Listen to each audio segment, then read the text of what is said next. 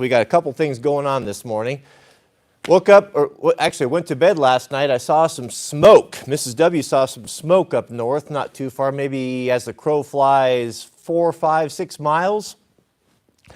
Went to bed this morning. It started to build. We got a wildland fire right to the north. So I jumped on my bike, through my, kind of made myself a route, kind of guessed close as I could where it was at, and head up there to try to find it. I took my GoPro. I was actually I shot a bunch of video. I like, well, let's go up there, see if we can find it. Maybe we can get some coordinates, call it in. I could not find it. The wind was blowing so hard up there that there was no smoke column, and I went all around it, and I barely got back here in time to start the live stream. No signal today to the middlemen, so let's back it up a little bit. So I took last week off. We went to, where'd we go? Minnesota, Wisconsin? I never know. It's all kind of the same thing up there. We went up north for Jack's debate, speech and debate competition. The national competition was up there. This is his second year in debate, and he qualified for that, for team policy. So it was an amazing, amazing trip. What a beautiful part of the country up there. And the folks were so, so friendly. I just couldn't be proud of that boy. I'll tell you what, if you have lost faith in the youth, or think that young people have lost their way, you wouldn't believe the quality of kids that are in this speech and debate. Absolutely amazing. I mean, there were kids there that were high school, 16, 17, 18, speaking, debating on a level that I can't even imagine. It's just something that I would not be able to do, and my hat's off to that. So having my son compete in that, it was just an amazing experience. So the idea was I was going to take my phone and try to do the live streams. It was just not possible. The kids were debating 3 times a day. It's really busy for the families because most of it's all volunteer ran. Hundreds and hundreds of kids there. Just a lot of moving parts, a lot of things going on, and just quite a lot of work for the parents as well. So Mrs. W was very active in kind of helping with the judging of it. We had the sweet loaf with us, so that either I'm judging or I'm watching the sweet loaf, and it's easier for me to watch the sweet loaf. So we got to spend a lot of time together. It just wasn't possible, so I just didn't even try. So I thought, well, let's just take the first vacation I've had in 13 years and take a week off, and it was quite wonderful. No signal today. I don't have the app today because I destroyed my phone. That was another reason I was having trouble communicating and getting a live stream going, and I finally just gave up on it. And then ordered a phone, finally picked it up right before I left. And so when I jumped on today to start the live stream and opened my Signal app, of course, the new phone, it needed a bunch of sign-in stuff, and well, I just couldn't do it. It was too much for me as an old Luddite. This fire up to the north is nothing more. I looked at it with my field glasses, as my granddad used to call them. Nothing more, probably just a couple acres, maybe 3, 4, 5 acres or so, judging from the smoke column. It's difficult to tell because it's so windy and everything's kind of dispersing. But I'm very keen. I was very keen and very anxious to get up there and to show you guys. But I just wasn't able to find it. I got up on high spots, and tried to look down, and there was just so much timber and so many trees, and it's an area that I'm not super familiar with. So I started gridding and going around and trying to connect roads, and I just could not find it. Could not find it. Happy Monday. Yeah, happy Monday everyone. So, boy, it's a busy week. We're here for 2 days, Monday, Tuesday, today and tomorrow. Then Mrs. W and I head down to sunny Southern California for VidCon. We haven't been down there for a couple of years for VidCon, so we're going to go down there for that probably through the weekend. So what does that mean for the live stream? Probably another delay. I don't know. We go down there. Well, we kind of go down there on the industry side, there's 2 different tracks when you go to VidCon. One is kind of if you like to go see your creators or meet different people from the more of a subscriber side of it. And then there's the industry side of it where you go down there, kind of workshops and find out what's going on, insider information, what's going on with YouTube, what's the future look like, and then, just a lot of information and different things that's going on. We always enjoy it. We've been down there for 2 of them, I think. Yeah, two VidCon, so this will be our third one. So I think we're flying down there on Wednesday, and then Jack's staying home with the kiddos. It'll just be Mrs. W and I. Goodness, we have a new member, Mr. Jacob Copley. Shout out to you, welcome. Also, Jack, I told you guys last week, Jack will be Wildland Fire this summer. This would be his first real job, his summer job. He got signed up. He goes in, I believe, tomorrow or Wednesday for his pack test. Now, if you can't pass the pack test, then you can't be a wildland firefighter, but it's not particularly difficult. So the pack test consists of, it's a 45-minute test where you have to walk 3 miles in 45 minutes with a 45-pound pack. Very easy to do, unless you're completely have abandoned your health and your fitness, then most people should be able to do it. And back when I did it, you had to do it in your fire boots, which posed a little bit more difficult for some people, but I never found it to be difficult. We actually, we tried to do it as fast as we could, and they didn't like us running. They said, no running, you have to walk, no running, but we would wait until no one was looking, and then we would run, and then finally it got to the point where they were putting monitors all around to make sure that we wouldn't run, and you know how the government is.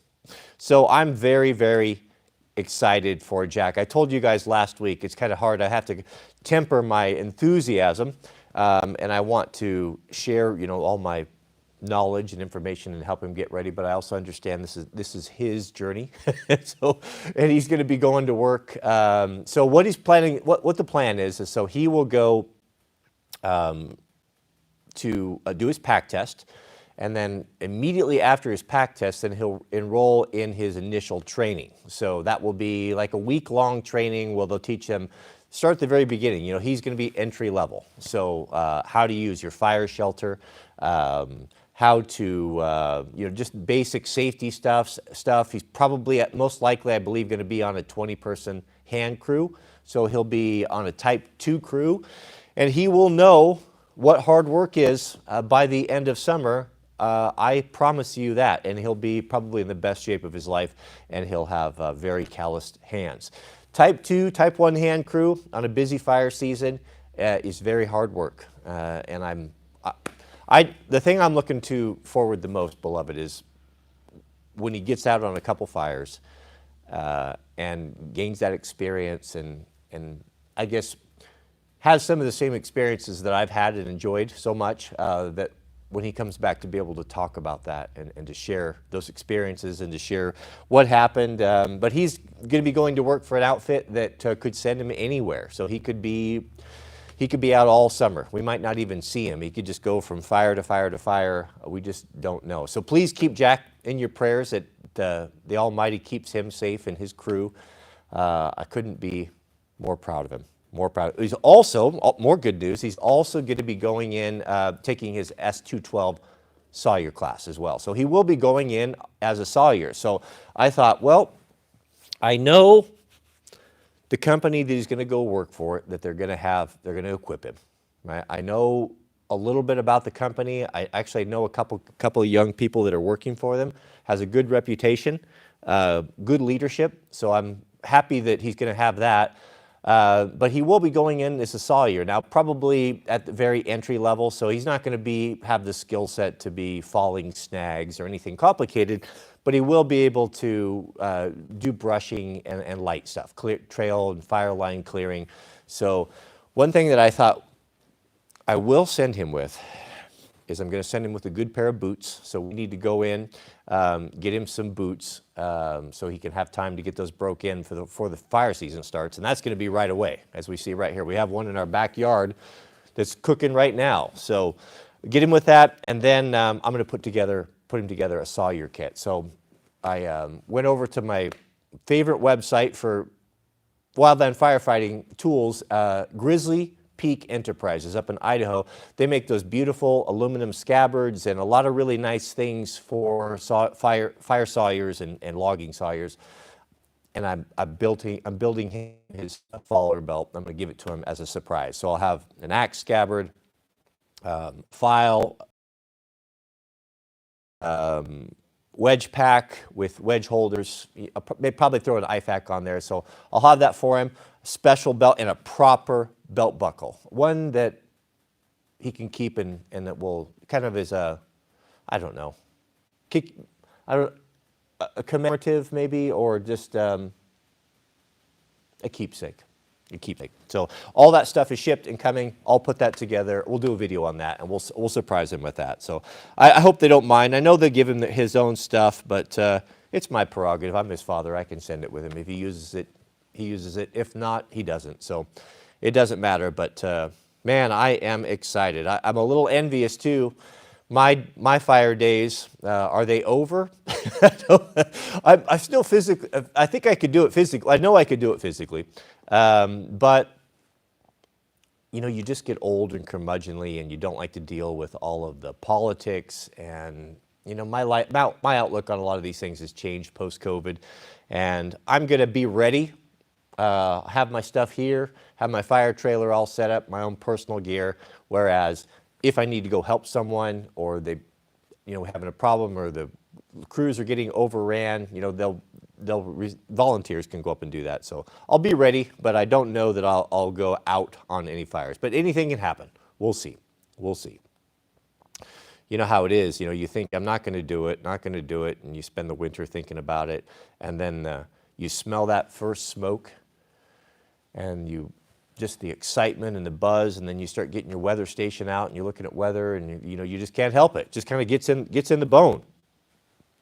Definitely gets in the bone.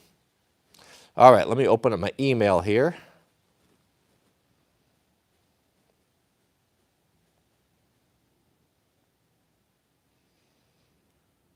Boy, I've been having so many technical difficulties today. Goodness, everything, nothing works. Everything I do doesn't work. Yeah, thank you, Margaret. Margaret, I appreciate that. Yeah, it was, you know, I fully intended to go over there when we went to Wisconsin, and I took all my gear and microphone and stuff. I figured, oh, well, I'll just, you know, you can do a live stream from anywhere as long as you have an internet connection. Do it from the hotel if I have to. Well, Jack's, his debates were he had a debate every day at 1 o'clock. And I wasn't going to miss any of them. I only missed one of them, and that was my own fault because I got lost and couldn't find it. Once they closed the door, I didn't want, you know, I eventually found it. I didn't want to go in there and interrupt him. But I watched every single one. I didn't miss one, and that was, you know, I was enjoying that so much, and I was just so proud of him. I would just watch him and think, goodness, you know, where did he learn this, you know? And watching him compete at that level and how articulate he was and how much work he put into it and how well he spoke, you can't help but see your son in a very different light.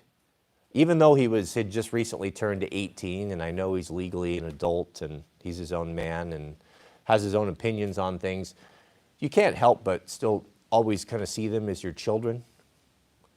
You know, it's a little bit, I think it's a little bit different that way, but seeing him compete on that level and handle himself so well, it really helped me to let go of the kid. He's not a kid anymore.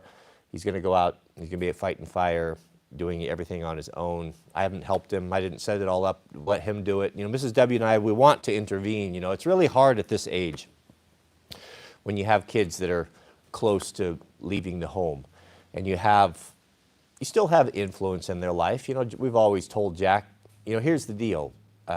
We understand, we respect your autonomy. However, if you're living in our house, we will have rules. They're not going to be oppressive, but the standard rules. And as long as you abide by these rules, then we're not going to have any problem whatsoever. But one thing we also told them that you can stay at home as long as you like, provided you're moving forward, that you're working on your education. You know, he's not a senior yet. You know, we held him back a little, you know, a year when we started homeschooling. So he's actually, you know, a junior. So he'll be a senior next year. So he's got one more year of high school, even though he's 18. Whether or not he chooses to do that is up to him, you know, because we control, you know, we with homeschooling, you know, there's a little bit of liberty there. You know, we can make things work out. But he has that option. And he says he wants to do debate next year. So I would imagine that he'll probably hopefully be with us for another year. But we told him, apart from our normal household rules, that you're welcome to stay here. provided that you are moving forward, that you're working on your education, that you have a job, you're making life happening. You're not just upstairs, mooching off your parents and video gaming. However, when you make the decision to go and to get your own place and to start your own life, then there won't be any coming back. Of course, they'll be coming back to visit with the family and that sort of thing, but we're not going to have the moving in, moving out, moving in, moving out. So we told him, just be sure when you make that decision, when you're ready to become an adult and go out and start your own life, get your own house, start your own career, then you need to, once you put your hand to that plow, there will be no more looking back. Pray for Jack. Goodness. We have, let's jump into it. We have a member message from Michigan Man Cliff. Shout out to you. Michigan Man Cliff writes, hope you had a happy Father's Day, Mr. W. Thank you.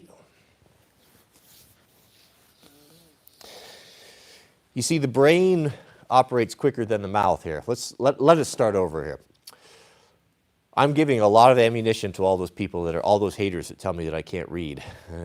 They have a point. Hope you had a happy Father's Day, Mr. W.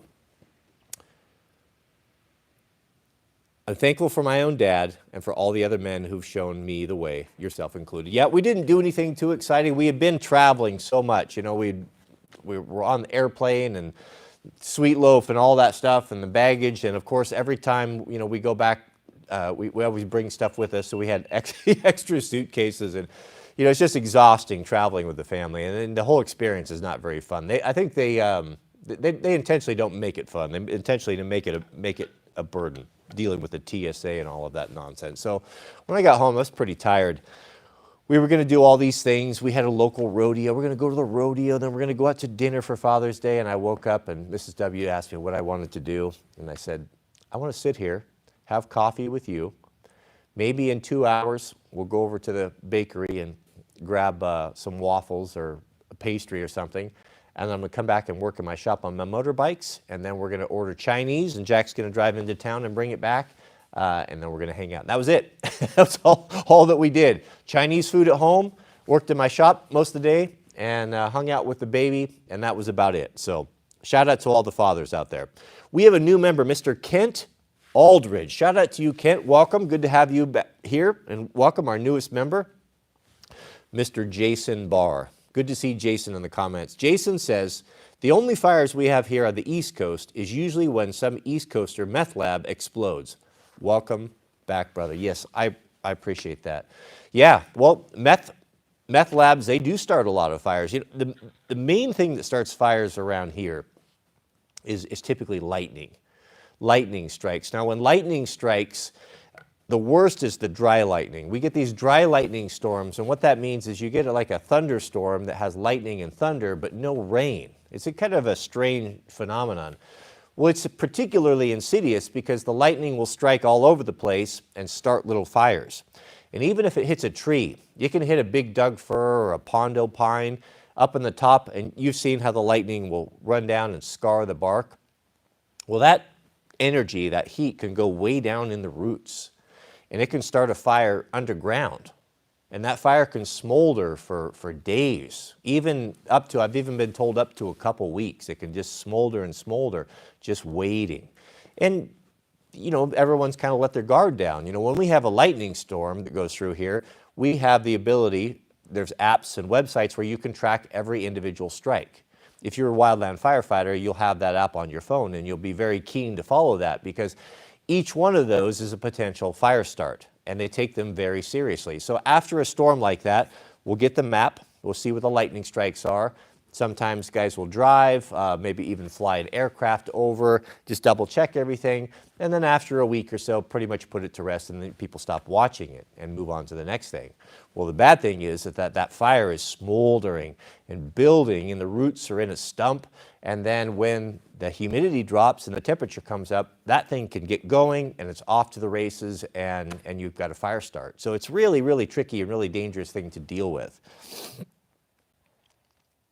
But lightning is usually the big one that starts. Mr. Jamie, welcome. Jamie, good to see you back after a week off.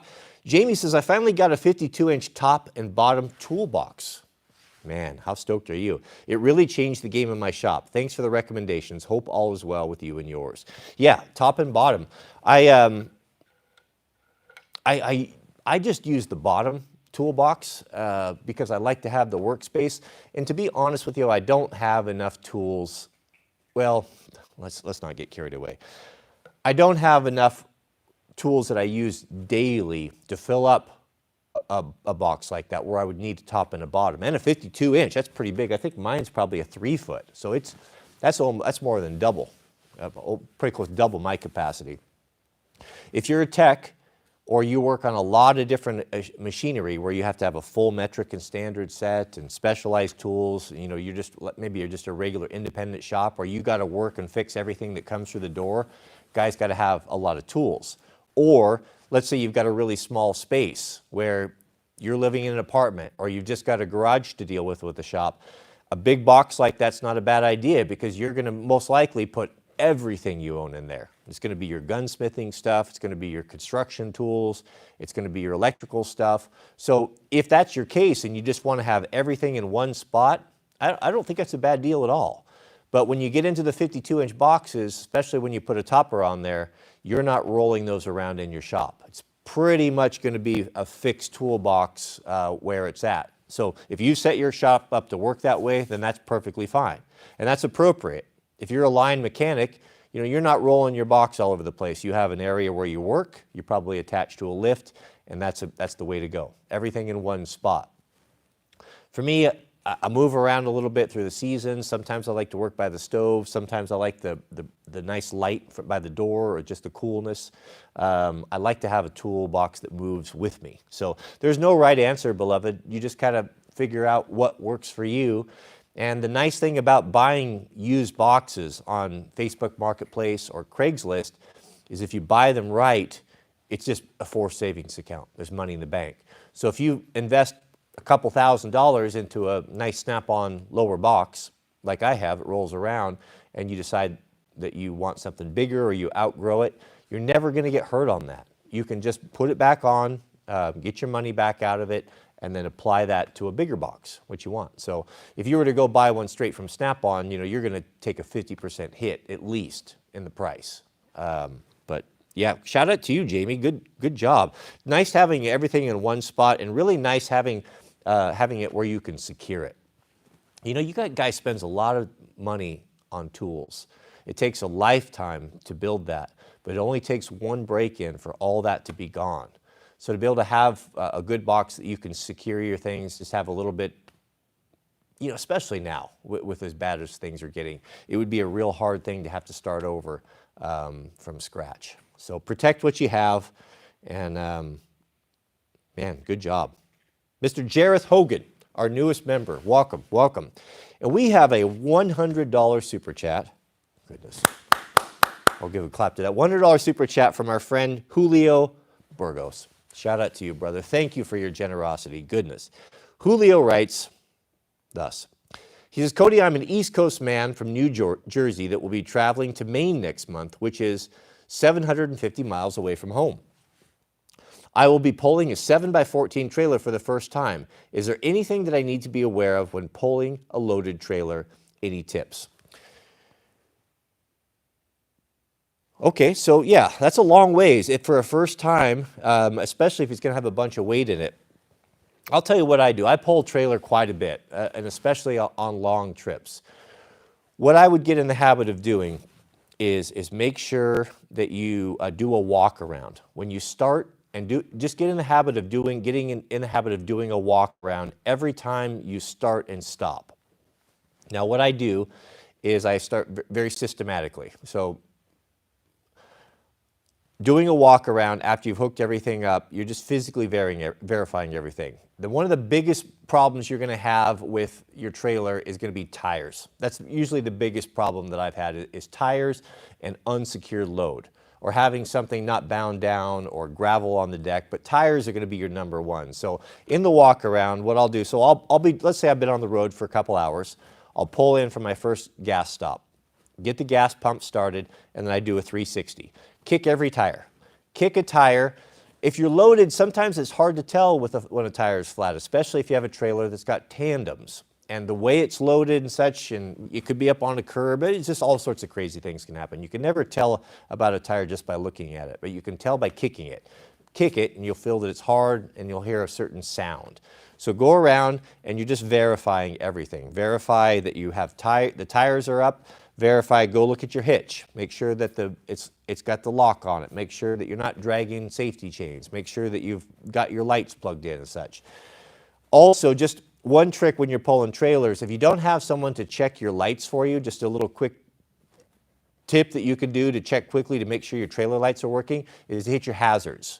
So when I get out of the trailer or the truck, I'll hit the hazards and I'm walking around, check the connection, checking all the trailer tires, go around, and now that the hazards are on, that's blinking. What that's telling me is that I've got my left and right blinker, the bulbs working, and the brake lights are working, those high lows, because that's your high beams when they flash. So just go around there and do that. Make sure you adjust your mirrors, take your time, and remember, you get real stressed out when you get in the city with the trailer, and if you're like me, you know, you don't like to have people waiting on you, and sometimes you get somebody be honking at you because you're going slow and maybe you don't know the area and you're not real comfortable pulling a trailer. Just remember this, you have every right to be on the road just like everyone else, and don't let anyone pressure you to drive faster than you are comfortable with.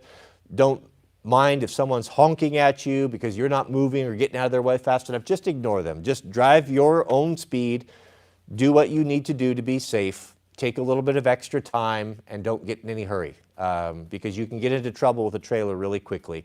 Take your time, stay in the slow lane, just fall in, get in behind the trucks, and you'll be fine. You'll be fine. A 14-foot trailer is not that bad. When you load it, one of the most important things is to get proper tongue weight. So what I like to do is if you're brand new and you don't know the trailer, you're not familiar with it, and you're going to be putting a bunch of weight in it. Let's say you're going to be hauling like a skid steer or something that's heavy that you could move forward or back and change the tongue weight. Tongue weight's really, really important. So if you're new to this, get your trailer and truck and hook it up and pull it onto a flat spot, which is the East Coast, so every place will be flat. And then look at it. Is it sitting flat? Is it sitting properly? Does it look good? Everything good? If it's, you need to adjust the hitch. Once you have all that done and if everything looks good, take a tape measure or just walk up to it and just make a mental note of where the top of that tongue is. Measure it from the ground. And then when you're loading, what you want to do is you want to make sure that you always have more weight on that tongue, a little bit of weight on that tongue. Because if you don't, if you put too much weight on the back behind the axles, you can do a tank slapper where it starts doing this, you know, it gets pretty scary and they won't pull very good. And it'll be really scary to drive. So if it feels funny and it's not tracking right and it's moving you around, it could be that you have way too much weight on the back. So just make sure that you have a little bit of pressure. You should put a little bit of sag. It should sink down an inch or two when you get it weighted. Measure it to double check that and you'll be just fine. But don't get in any hurry. Don't let anyone rush you. Make sure your mirrors are adjusted properly. Extend them if you can so you can see out to the sides. And just don't get in any hurry, and you'll be fine. There's nothing to it. Thank you, brother, and I pray that you have a safe trip. Mr. Overton, shout out to you. Welcome, good to see you. Big toolboxes are required in a single-car garage. I have 3 72-inchers looking at the 4th. Yeah, and I've seen, Overton's right. If you have a single-car garage or you're working in a small space, apartment, house, or you just don't have a shop yet, then that's a good way to go. You don't have enough space to be moving toolboxes around. So utilizing that wall space with toolboxes is where it's at. You can have a whole wall there. You can have all your things. Just choose the best box, the one that you like the most for your main tools, your wrenches, screwdrivers, socket sets, and put that in the area where you're going to be working the most, where you enjoy working the most. And then the other stuff can be used for basically just storage. But yep, that's the way to do it. That's the way to do it. Thank you, brother. Mr. Evan Dixon, Radios Made Easy. Shout out to you. Evan writes, just boxed up several dozen of the first Proho radio kits. Speaking of which, I just got my patch. You guys want to see it? You guys have probably all seen it.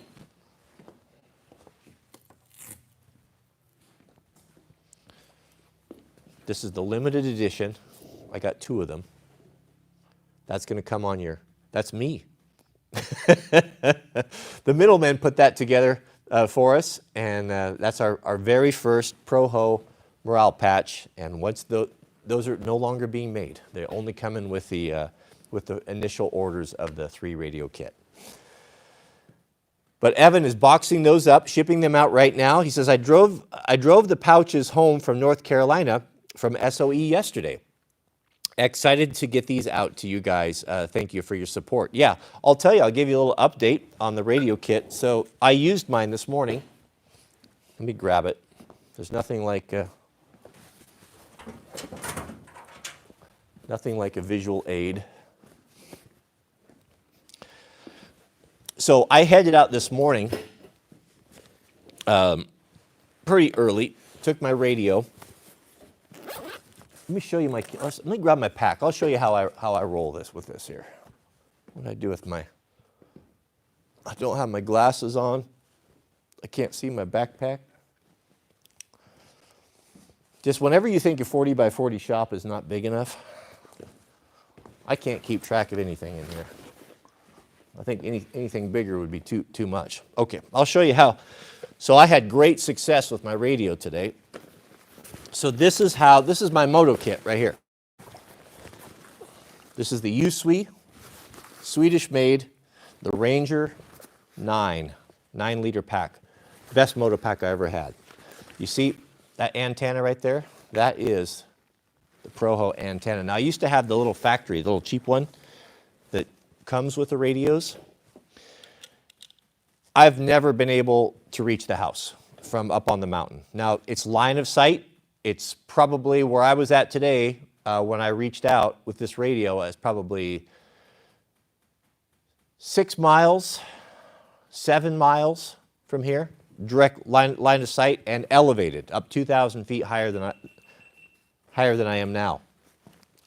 Got up to the high point at about 5,000 feet, keyed the radio, and hit my manservant Jariah right here at the house. Pretty amazing, and that's remote. I mean, there's no cell coverage up there. There's no way to communicate with anyone at home except for through my Garmin, which is, old school text, like hunting one letter at a time. Oh, it's tedious. It's not happening, to be honest with you.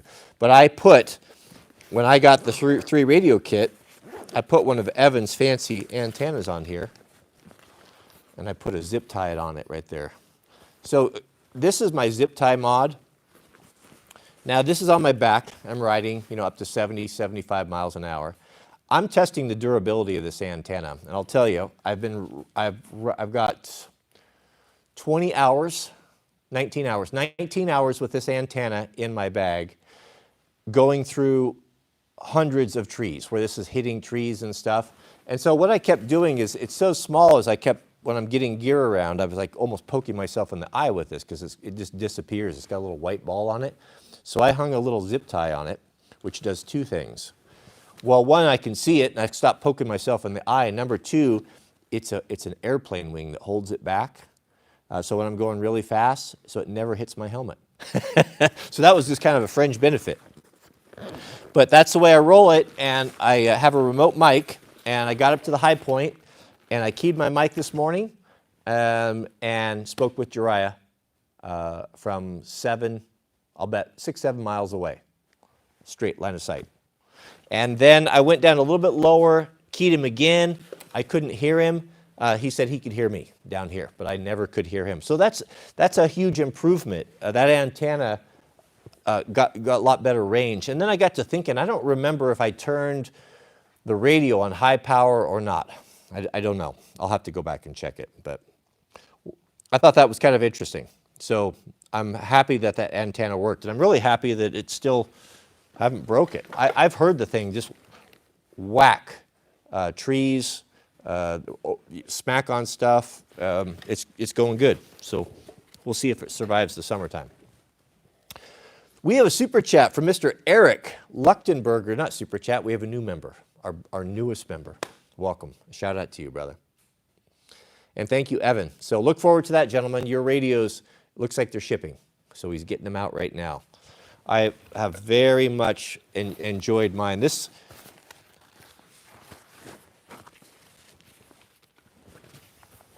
It is, right there.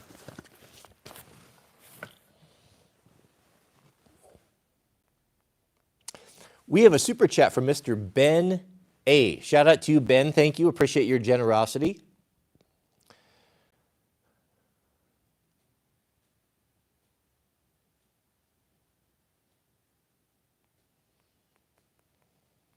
Backing up here. Make sure I didn't miss anyone.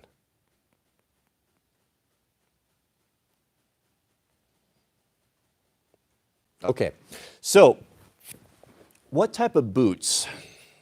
I was thinking, when I went on my very first wildland fire, I was thinking about Jack's boots. I've told the story before. I was going through training. I was in Colorado. I didn't know anything about it. I was working as a structural firefighter, and I guess it never dawned on me, really, to be honest with you. I mean, I had been about wildland firefighting, I'm talking about. This would have been like right around 2000. I knew about it because I'd been hunting when fires had started, and I'd seen the guys up there, and I was aware of it, but it was just not something that was on my radar. I never had considered it. So when I got the job as a structural firefighter, the department that I worked for sent 2 contract engines out in the summertime, and they asked, would anyone have any interest in becoming a wildland firefighter or getting certified and go out for the department on the summertime. They've been doing it for years, and I thought, well, that sounds fun, interesting. So I signed up for it and took the training and all that. So when we were going through the training, they were telling us about the importance of good boots and what type of boots you should get and which ones and where. And then I didn't have very much money at that time. And I was, when I priced buying a pair of fire boots, I thought, good grief, $650, $700 for boots, that's not happening. I couldn't afford that at the time. But I had a perfectly good pair of boots. Now, I always wore good boots. Being in the construction trades, I always bought high-quality boots, but I wore boots made in Scappoose, Oregon, I believe, made by a company called Wesco. Now, Wesco, I don't know if they made fire boots back then. I don't believe that they did, but they made really good construction boots. Well, the difference between a construction boot and a fire boot, I found out, is in the shank. And there's a steel shank in a construction boot that there is not in a fire boot. Well, I looked at my boots and I looked at the fire boots and I thought, I know they said something about the steel, and I know there can't be that much difference. I'm wearing these boots. I didn't have a choice. It was either wear the boots I had or don't go. So I wore the boots I had. And they were fine for a few days until I got onto hot ground, and then I found out exactly why you do not wear construction boots on a wildland fire, and that's because they get hot. They get hot. That shank heats up, and that metal starts burning your feet because you're walking on ground that's super, super hot. Well, oh man, it was miserable. That boots would get hot, and that steel would get just so hot, it was burning my feet, and I'd have to stand in a creek or go get my feet wet or cool them down or get water on them if we even had water, which most of the time we didn't. Fortunately, I was on an engine. It was tough. It was real miserable, and so the very first thing that I did when I got my paycheck, when I got paid for that fire, was I went into, was it Carbondale, Colorado? There was a White's boot shop there, a small cobbler, and I got fitted for my very first fire boots, a pair of White's smoke jumpers. And then the next season when I went out, I had proper boots. So Jack doesn't have any money either. Doesn't have very much, being a student and such. So I thought, well, I'm going to make sure the least thing I can do is send him off on with a good pair of boots. I don't know if boots are provided by the company he's working for. Maybe they are, but I think it unlikely that they're going to be buying custom $600, $700 boots. So, and I understand the importance of that. So I'm going to take Jack maybe this evening or tomorrow before we go down to VidCon, take him into town. He's got a normal foot. He doesn't have any weird feet issues like I do, so he'll be able to buy something off the rack. I know a guy that I've bought boots from for years that stocks them. I called him. He's got a pair of 11 and a half set aside of White smoke jumpers. So I think just for the time frame, it's not going to be an option to get custom made boots.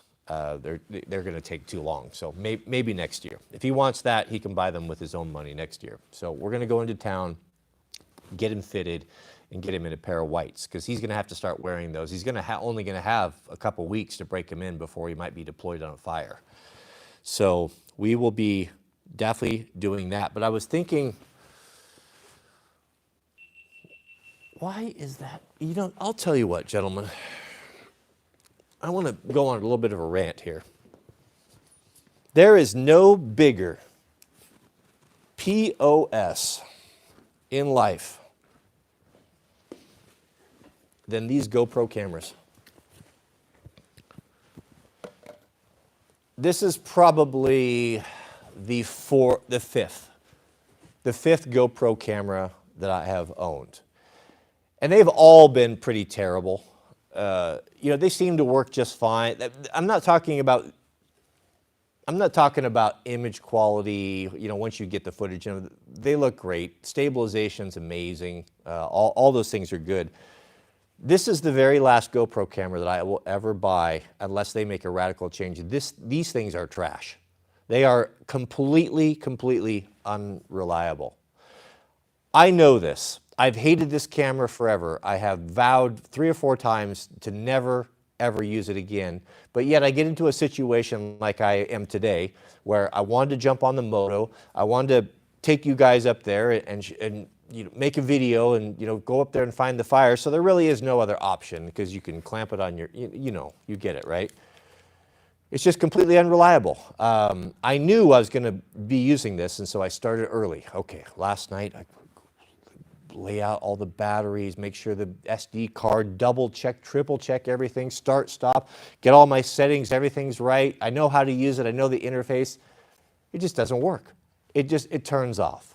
You push start, it doesn't start. It corrupts files. I turned it off, and it's sitting over there. It turns itself back on, and how many times did it beep during this live stream? It's absolute rubbish. You just can't trust them. You can't trust them. I'm going to get a new action camera, but it's not going to be a GoPro. I think I'm going to go with the DJI. Oh, those things are absolutely the worst. I think it's all software, too.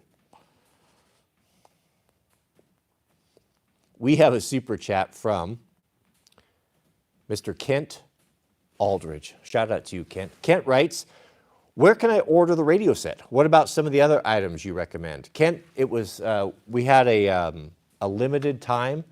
Our friends over at, or Evan over at Radio Made Easy, he does these him and his family build these kits and put them out, and they didn't want to get in over their heads, so we limited it to we just had it open for just a short pre-order. And once the pre-order was over, it's done. Now, whether or not Evan wants to do another run, that's going to be up to him, but I'll let you know. So if that option comes up again to do a 3 radio or a whatever, we'll probably do something a little bit different this time, maybe even a single and a high quality option. I will announce that on the live stream. But sorry, they're gone. If you'd like to order radios, put together your own stuff, you can just go over to Radio Made Easy, and maybe one of the guys can throw up a link over to Evan's site for that. But if you haven't got one yet and you're not in a hurry, just stand by. Hopefully we'll be doing another run pretty soon. Yeah, I thought about the Insta360. I've watched a lot of video content on those 360s, and it's kind of cool the way you can, you know, get the different angles and all of that. But I have to say, I don't like the look of it. It's too weird. It's not something that it's not something I would want to watch for a full-length video. You know, the fisheye, it's just, I don't know. It doesn't do it for me. I think that the best one out there right now for the money, and just as far as just being purely reliable, that runs when you want it to run, I cannot tell you the aggravation and frustration that I have had with this thing. I have spent so much time trying to fix it, trying different batteries, all original stuff, and double check on charging.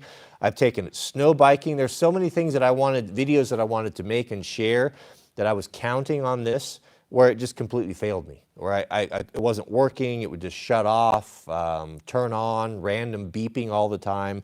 Absolutely the worst. It's just a hateful thing, a hateful thing. But I think the DJI is the one to get. Definitely the one to get. Mr. Jason Barr says, do you own any Milwaukee packouts? I do. I have a few of them. Thanks to Evan, I have bought an ungodly amount the past couple of weeks and absolutely love it. Nothing like it. Yeah, those are great for organizing. What he's talking about are these guys. Again, visual aids. These are a great way to organize. Now, I started this buying these guys right here. So these are, you've all seen them. I mean, they're in every Home Depot, right? There's all shapes and sizes of these things. These are fabulous, really, really fabulous. I use them as well. So this is the one, there's just all of that hardware that you need. When you need a screw or a washer and all those handy little things, that's kind of what this one is for me. I've set this up. It's just got all those just random little bits. I'm in it every single day. I just open it up on my bench, and whenever I am working on something, I'm always digging in there and getting stuff. And it's a good idea to get in the habit, when you're assembling things or you're working on something, you know how you always get extra screws and hardware and different things you don't really know what to do with? That's the perfect spot. You want to have like a junk drawer pack out where you have all those little weird things. You use it all the time. Yep, very, very good. I love that for organization. I've got one for metal screws where it's all types, Phillips, regular, Torx, self-tappers, all that stuff, just metal screws. So if I'm doing sheet metal or need to do a repair, all the screws that I have are in that. It's super, super handy. You can take it with you, and it cuts out a lot of aggravation. I've got a second one that actually clamps onto this one that's much deeper that has the wood screws in it. And I took a half a day, and I went through all these. I call it trail mix. You know how when you get a bucket like a coffee can and you don't know, you've got screws, you don't know where to put them, or you put these random screws and nails in there. Pretty soon you've got what we call trail mix, where most people just throw it away. But I finally, okay, these are good screws, and so I put them out. I poured all the trail mix out and got all my random boxes, and I spent the day organizing them. And I organized this one right here, and I organized the wood screw version. And that's been life-changing. So those two snap together, and when I have a project or going to go do something on the quad, I grab those guys, and I even put the bits in there so I don't have to look for bits. So every single bit, like if I've got some little timber screws, the big long ones, I use those all the time, and they take like a T40 Torx. I have the T40 every bit in there with the screw. So I don't have to look for that sort of thing. So I know I've got it. So all I've got to do is either grab a drill driver or an impact driver and my Milwaukee pack out, and I've got what I need. I've got what I need. And that's a good way to go. Yeah, I couldn't agree more, man. It's life-changing doing that. But I took the time, I spread all the screws out, put them in categories, and so now I have everything that I need. All different lengths, all sizes. It's very, very handy, very, very nice, especially if you need to grab and go, because you're always going to have what you need. But I love those things. They're great. I started initially with the DeWalt version of them because I was kind of in the DeWalt tool ecosystem with all of the batteries and such. And this was really, I don't know that Milwaukee had them out like they do now.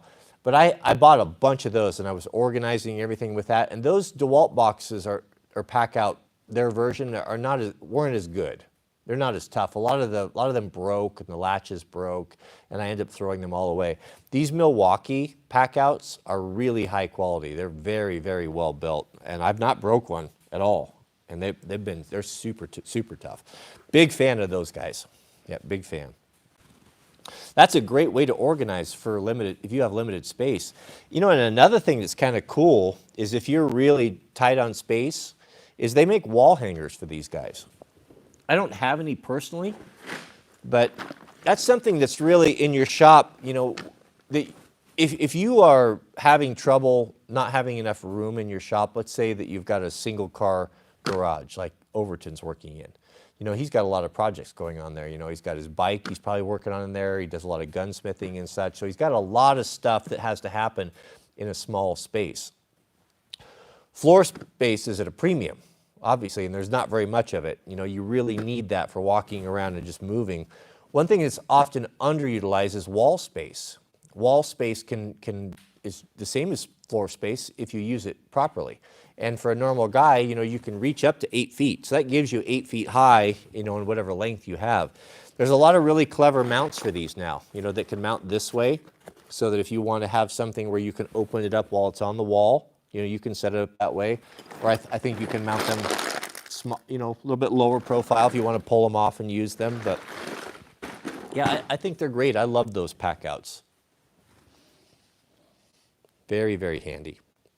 We have a super chat from Mr. Ben A. Shout out to you, Ben. Ben writes, Ben is 24 and I'm blessed to have an incredible tradcon wife. Well, shout out to you and your tradcon wife. Lately, I find her more and more discouraged because she doesn't fit in. How do I best encourage her in a world that seems 100% against her lifestyle?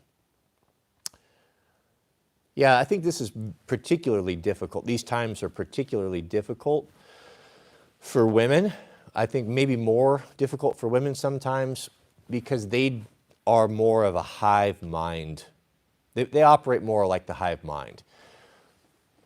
Women tend to are more rule followers as a general rule.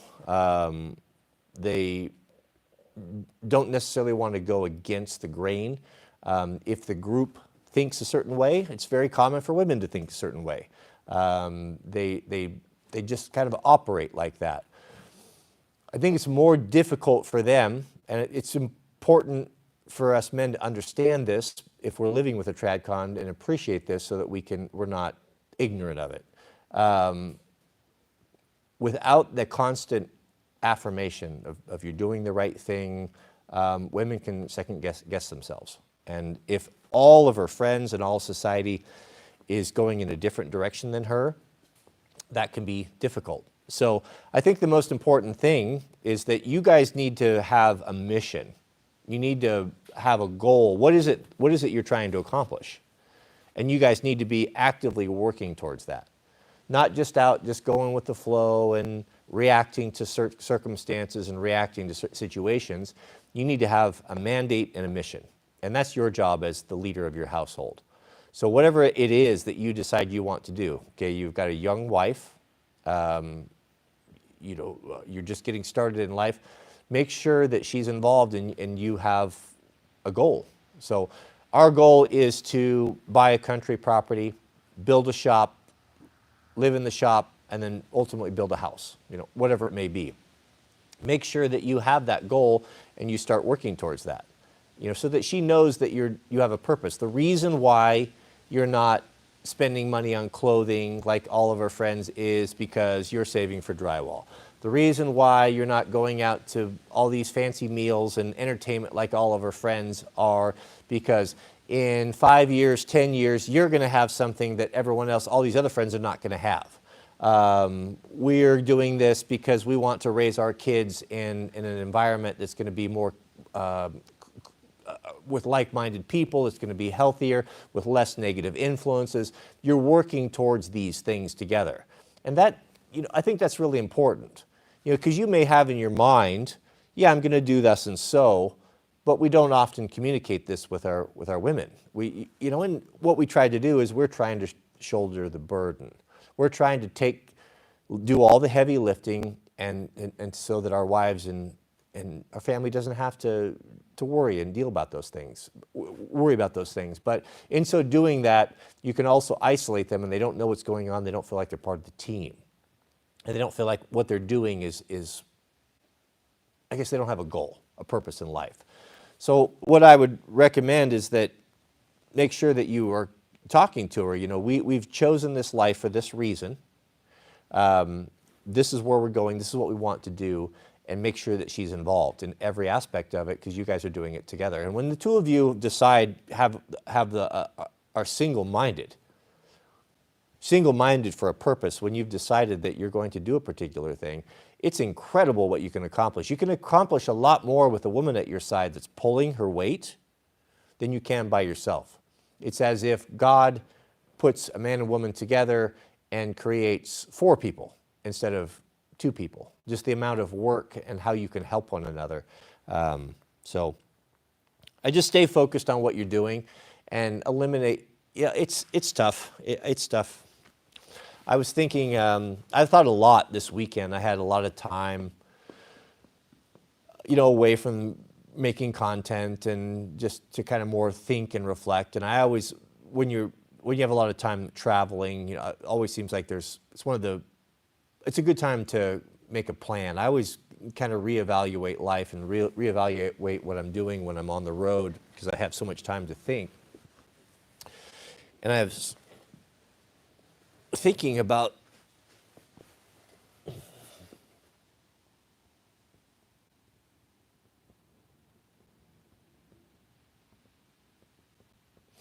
how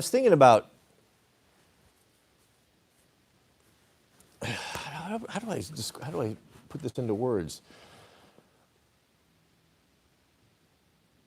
As I was traveling, I noticed that a lot of people seemed to be very unhappy. Not as friendly as they used to be, circling the wagons, every man for themselves type of thing. When you're out in public, you just see people with less patience. A lot of road rage. I've never been on the road so much where people are flipping me off and honking the horns, and I guess not being in an urban area, living in the country. This was a shock to me. Maybe this has been happening slowly I'm sure it has over the last couple years, and you guys are kind of in it and used to it. And yeah, it's gotten worse, but it's not like this sharp contrast to compared to what it used to be. I saw a really sharp contrast, and I got to thinking about that. What's that coming from, and what's causing this?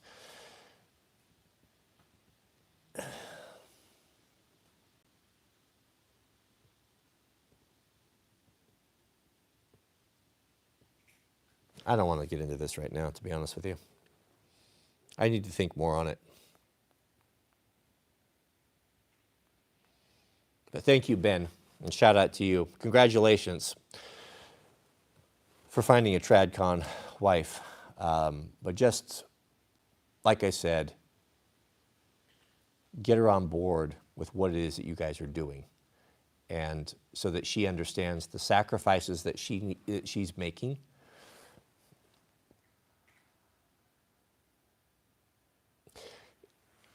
I guess I'm thinking, I'm trying to give you a better answer than this. So this is something that I've had to deal with a little bit with Mrs. W. There seems to be, and I'm having a hard time getting across what I want to say here.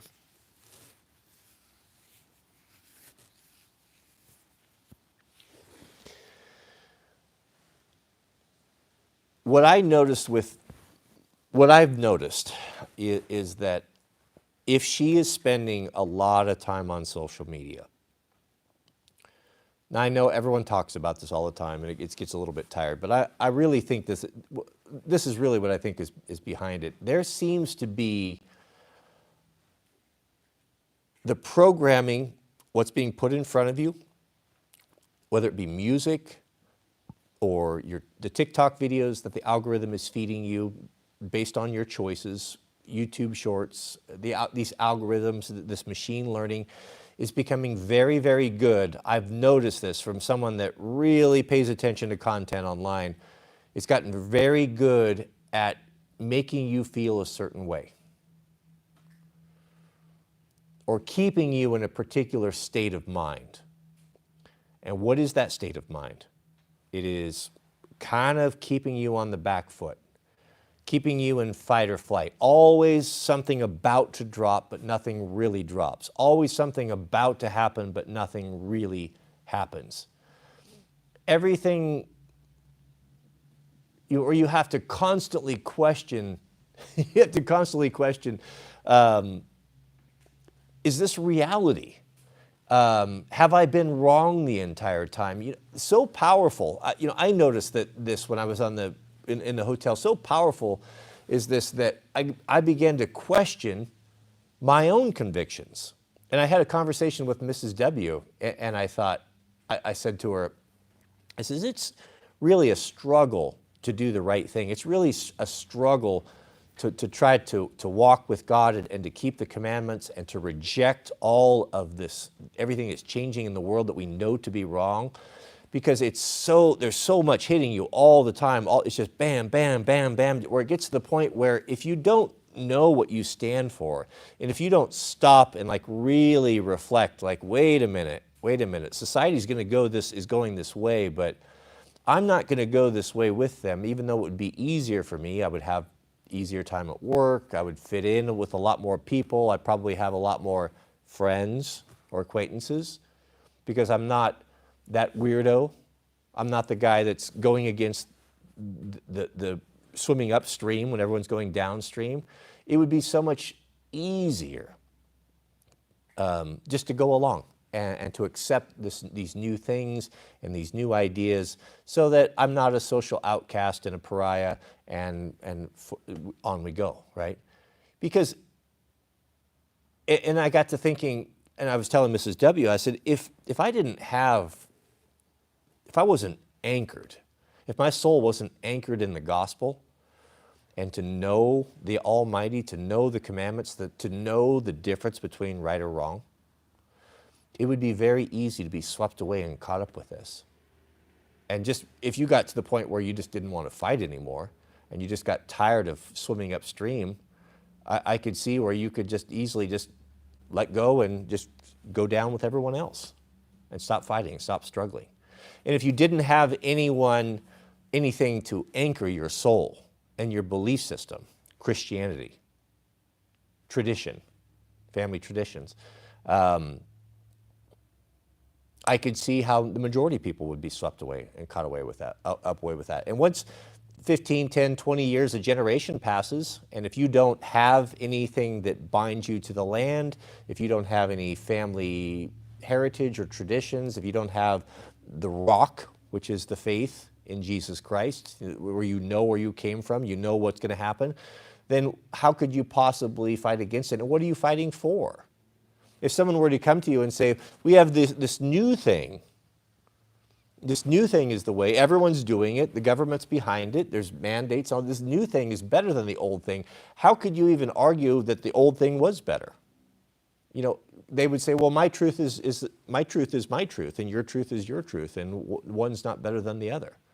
So if you don't stand for anything, you don't have anything that you hold to, then you just are swept away with the political winds. You're swept away with whatever the crowd is doing, wherever it's going. You need to have that benchmark. The benchmark is the constant. The benchmark is what the law of God, what he laid down. It's what we can compare everything to.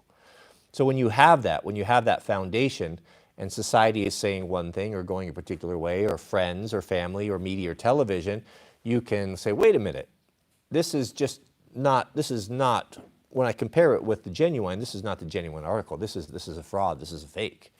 And you can see it very clearly. But I can see, it's as if, my friend Brian, we were talking, this happened about a year ago or so. I hope he doesn't mind me kind of sharing this, but we were talking about the jab, and he chose like I did. He chose to wait and see. Wait and see. I'm not anti-vax by any means, but I'm also not. I don't agree with taking newborn children and loading them up 25, 30 vaccinations before they're a year. It's within reason, right? If my child steps on a rusty nail, yeah, we're going to go and get a tetanus shot. I'm not saying that all vaccinations are bad, but this particular one, I wanted to wait and see a little bit, wait and see. And, and he was kind of the same mind. And he was telling me that halfway through it, when the pressure was really brought to bear upon those of us that were skeptical, And there were public outcries, and there were celebrities saying that people should be killed that won't go along, or thrown in jail or put in camps, and friends and family turned upon us. You know, those of us who made that decision were under a tremendous amount of pressure from a lot of different directions, a lot of different areas. It was a real battle, a real struggle, really made to feel like we were bad people, like in at fault for all of this. And I won't forget any of the comments, and I won't forget the people that made them. And some of them were very close to me, that are no longer. But he came to me and said, you know, he goes, in a weak moment, you know, a day or two ago, I came to I just in my mind made the decision, for no other reason than just I didn't want to fight anymore, to go get in my car and to go down and to get vaccinated.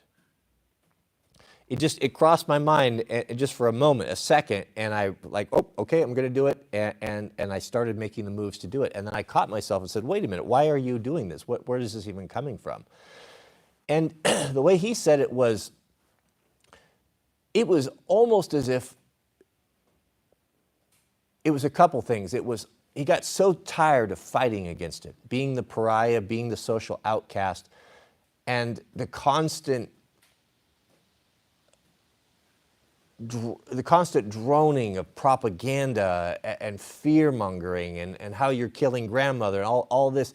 He got to the point where it just almost wore him down. It wore him down.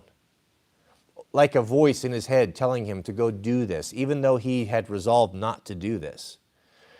You know, you wonder, you know, what type of power is there in the screen? You know, do they have the ability to subliminally put ideas or messages into your head? Is the media that is being, the algorithm that is curating what is being put in front of you, is that working to get you to believe something in a particular way, to go a particular make a decision here? You know, I don't really know, but you know, his experience with that, and my experience of just being tired of fighting, even though you know you're on the right path and doing the right thing, where it just is easier to stop and just to relent and to give in. And I know if I was just a secular person that didn't have an understanding of God, didn't have an understanding of the Bible, didn't see the big picture, I would be very susceptible to this and probably would just go along. But the fact that I have that rock, that foundation in family, tradition, where I was raised, where I grew up, my home, my faith, it protects me. It protects me from this mind control, for lack of a better word, or whatever you want to call it. Goodness, I don't know what it is.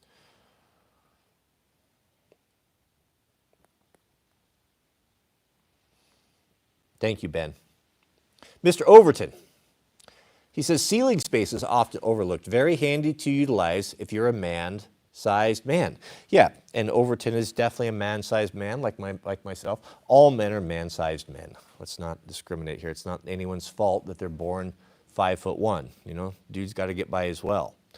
But yeah, ceiling space. There's a lot of really clever, you know, you can pulley systems, a lot of different things. There's a lot of overhead storage. You can go build yourself. You can. I've seen a lot of people that will take. There's even some companies making them now. They're like shelf dividers, similar type of a shelf thing that you buy at Home Depot, but they're designed to hang off of a ceiling. And that's a perfect type of place for all the stuff that you're just storing in your shop. If you've got a small house and you've got a family, and you're relegated to one single car garage and you're trying to make that work for all your projects and such, if you look around there, you're going to see there's a lot of stuff taking up space that you might use once a year. Your luggage, you know, big things, maybe summer toys and bikes and stuff. A lot of that stuff you can get up on the ceiling, get it up off the floor space and free that up. But that's a good point as well. And those racks are not very expensive. You could actually build them yourself with some 2x4s. But you know how that stuff is. By the time you price lumber and all that, half the time it's cheaper just to go buy something pre-made. And that's the world we live in. Mr. Tony Bologna, shout out to you. Tony writes, so when you were in the septic trade, did you ever install a mound system? I have, yep. My county is forcing me to have it done. Advice, your take on mound system. Yeah, so we don't call it mound systems. Well, I was in all aspects of it. So there was a couple different options. I think what you're talking about is what we call a cap and fill. A leach field, a septic system. If you live in the country, maybe people don't know about this. You've got to deal with your sewer, right? So how it typically works is there's a pipe, a drain pipe that'll come out of the house and goes into a septic tank. Septic tank is where all the solids gather, and then from there, there's a baffle system where the effluent, the liquids will go out while the solids stay in there, out into the ground and are dispersed out through a manifold of a leach field. So basically a series of pipes that goes out into the ground, and this leaks out of the ground, right? What determines the length of these leach fields and et cetera is the soil quality. How well that it perks, how well that it drains. If you've got hard pan clay or a lot of rock or soil that doesn't drain very well, that's not ideal for a septic system, because what will happen is that it will just hit that hard pan and then it'll bubble out and it gets up into the surface area, and that's a health hazard, and it's just not possible. Well, in the past, if you had a small lot or a small piece of land and there was a limited space for a septic system, if the soil quality was low enough or too much clay, they could say it's not buildable because you can't put a leach field here. Well, there's been some advancements in technology, different systems, sand filter systems, cap and fill, mound systems that allow you to kind of engineer or make the soil better. So what we did in the past was normally we would dig a trench that was 2 feet deep. 2 feet deep, lay in some round rock, lay in some pipe, and then everything drains out through the sidewalls. Well, if your soil is only good for shallow, 6 inches, 12 inches, what you can do, if the county allows it, is you can dig that trench instead of 2 feet, you can dig it 1 foot. That way you're staying above that non-draining soil or that non-perkable soil. Well, the problem is now you're too shallow and you've got a leach field that's basically sitting up on top of the ground that's going to be exposed, or there's potential health risks, what have you. So what they allowed us to do was to bring in put a foot of dirt on top of it, of topsoil. It's called a cap and fill. So basically you're just putting a foot of dirt. You're digging a foot deep, putting a foot on there, and that suffices. That works. And that's what I'm imagining that is what they're requiring, is some sort of a cap and fill. So there's no problem with those whatsoever. It can be somewhat unsightly. I mean, I don't think mounds look unsightly, but the reality is that do what they want, get it signed off, and then once they're gone and out of your hair, then you can do whatever you want to, and you can grade around it a little bit or add to it or blend it in, do whatever. Not a problem. But I've not had a problem with cap and fill drain fields. I've not found them to be unreliable. I've never had one fail. The other thing is a sand filter.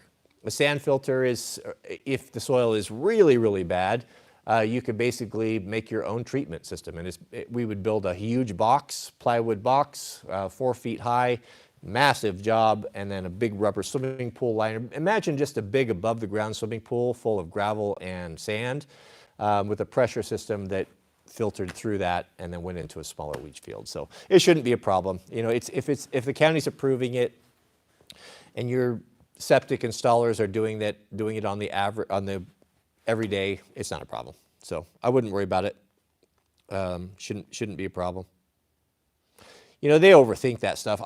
I've put in hundreds of septic systems back in the day, and I did a lot of repairs, systems that would fail from old houses. So that was a little bit different than new construction. So you've got, the septic system won't work anymore, so you go out there and you try to figure out what's going on, and you start digging and figure out how you're going to fix this.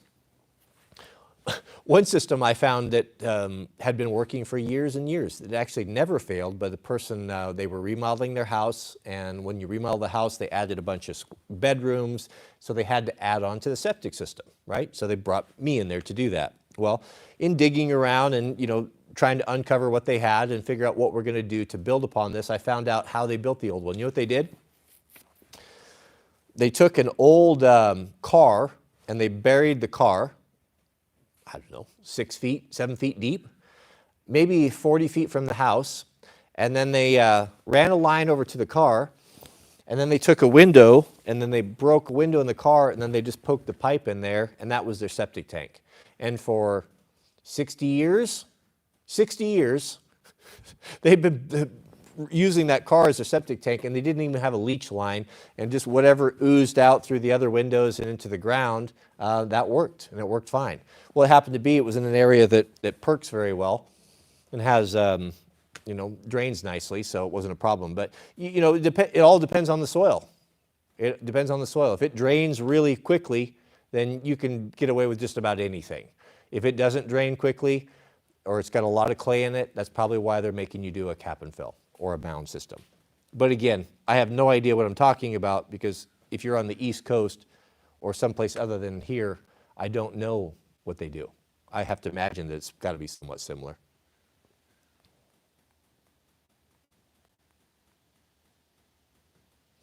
We have a super chat, but thank you, Tony.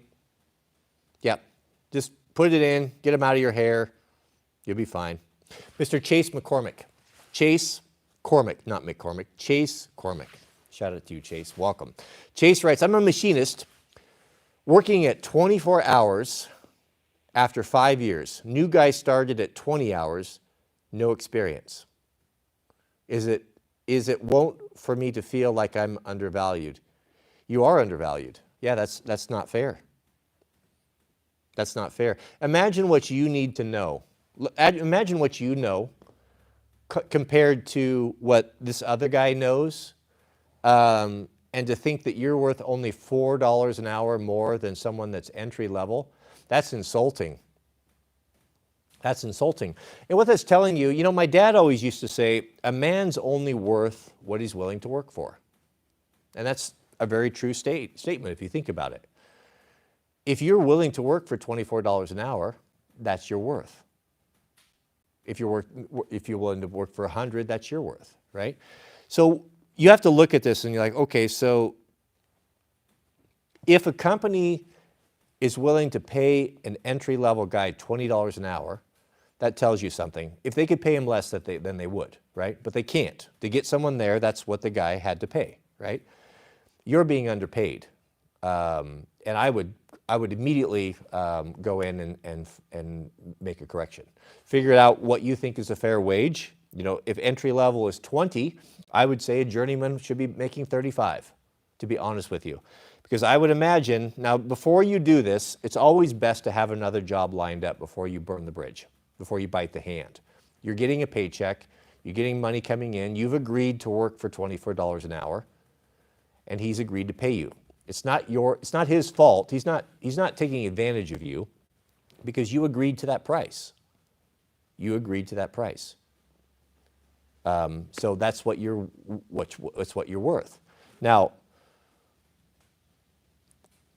you need to go out and you need to make some phone calls. You need to find companies that are similar to what you do, where machinists are actively working, and you need to find out what they're making. What is the average pay scale? You may be surprised, I don't know your area, but you'll have to find out. You may be surprised that it's 30, 35, whatever it may be. Well, know this 100%, and then go and talk to someone. You can't tell me right now, if you are a machinist that is worth his salt, you should be able to go anywhere, have a job immediately. Immediately. Go find out, find another job, figure out what they're paying. The guy tells you, yeah, we'll start you next week at 32. Feel it out. You may decide to do that, but then you go back to your boss and say, hey, for me to stay, I appreciate everything you've done for me. For me to stay, this is what you're going to have to pay me, because I've got so-and-so, you don't need to tell them who it is, that's going to pay me this. Don't lie about it. Don't make this up. You need to be genuine. And if he calls your bluff and says, well, I'm not going to do that, then you go. You go to the place that's going to pay you more money. But I would be very surprised. I can't imagine any shop that is in the need for good quality machinists that would let a guy go for $6, $7, $8 an hour. When they're starting at 20, that's offensive. That would be offensive to me. That's not fair. That's not right.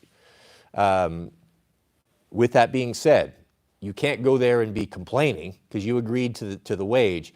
But once you're made aware of it, that you're undervalued, that the pay you're getting is not as much as what you're worth, then you have a responsibility to go correct that. And no man would blame you. I mean, what man would blame another man for trying to do better in life, to try to provide more or better for his family, so he doesn't have to work so hard? You know, no good man would. So, yeah, don't be bitter about it. Realize it is what it is. That's what you agreed to, and it's up to you. If you are worth more, then you will determine that. But if you don't do anything, it's no good sitting around whining and complaining about it. You're just going to poison the well. You're going to have a workspace that's going to be very uncomfortable, that you're not going to like, that you're going to resent going to work because you understand that you're undervalued. But you have to do something about it. So go out and make it happen. I agree. I think machinists should make $50 an hour. 100. I think machinists should make $100 an hour if they're good. Shout out to you, Chase. Mr. Noah Cloud. Mr. Noah Cloud, we have a member message, writes, "Good afternoon, Mr. W. Thoughts and prayers from Cloudsville." I don't know where Cloudsville is, but that sounds like a pretty nice place. We have a member message from Deacon Scousinger. Deacon has a gripe. Deacon says, "I'm getting really tired of this pride stuff everywhere. Didn't bother me before, but it's so in your face now that I've grown to deeply resent it." Yeah. You know, there is, the tide is turning on that. I can feel it. I've noticed it just this week. There's been a couple of high-profile things that have come up with some kids rejecting it in school. It's enough. It's enough. There are people, now I would never condone this. This would be highly illegal. We don't break the law around here. We do what we're told. We follow the rules. But there are some despicable people out there that are pulling these flags down and stomping on them. There are people that are going to local libraries, despicable people, that are pulling all of the homosexual agenda books and the gay books marketed at children, that they're taking those out of the libraries and tearing the covers off and throwing them in the trash. It's amazing. There are people that are defacing, all sorts of things. So, just act accordingly. But it's only there because you've allowed it. You've allowed it in the schools because you didn't want to get involved. You didn't want to be the guy. You were waiting for someone else to do it. Well, you know what? Maybe it's time to stop accepting it. Maybe it's time when you go to your local restaurant and they have the gay pride flag proudly on the front and they talk about how we don't discriminate and we host all immigrants and all of that goodness that we all enjoy so much. Maybe you shouldn't frequent that. And maybe you should very publicly go in and state to the proprietor as to why you will no longer darken that door. And maybe you should start pushing back a little bit in ways that, maybe you should just act accordingly and grow some balls. Yeah, I agree. It's only in your face because you've allowed it to happen. You've allowed it to happen. I mean, there are people in England that are, I watched a video this morning, despicable criminals. These people should be locked up for life. They're going along and they gave instructions of which Torx bit you need in a 10mm socket and how to remove cameras. And in one afternoon, this one criminal, this English criminal, had pulled about 30 cameras down that are no longer recording people's license plates. Now, you should never do things like that. You should never disable parking meters. You should never disable security cameras. You should never disobey the law. You should never do anything like that. You should never see an injustice and then do something about it. That is not something you should do. You should definitely not be pulling library books out of the kids section of your local library.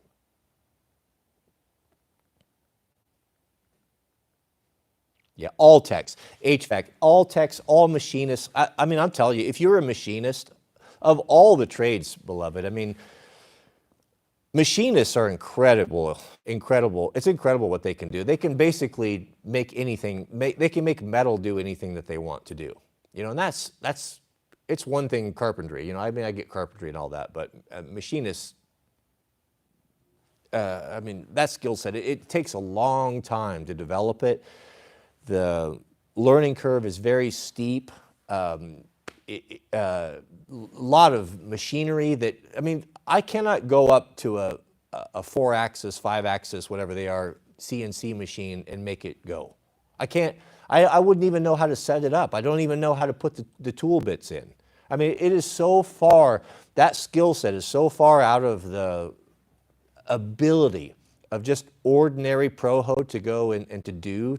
I mean, I'm a pretty handy dude. I mean, I could maybe get on a lathe and turn something. I could, that'd be after breaking it a couple times, or, drill a hole in something, or do some rudimentary welding and rudimentary fabricating. But it comes to making like precision equipment, real machinist stuff, I mean, I'm at a loss here, and so are you, so is everybody else. So that skill set is very, very unique. And if you've been doing it a long time, you've got 20, 30, 40 years, facility maintenance, keeping this world running, goodness, that demand and the need for men with that skill set it's got to be off the charts.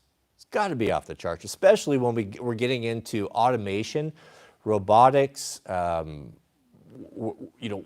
Companies, if they can't get employees to come and to do whatever they're doing, then they'll find a way, and the way is going to be automation.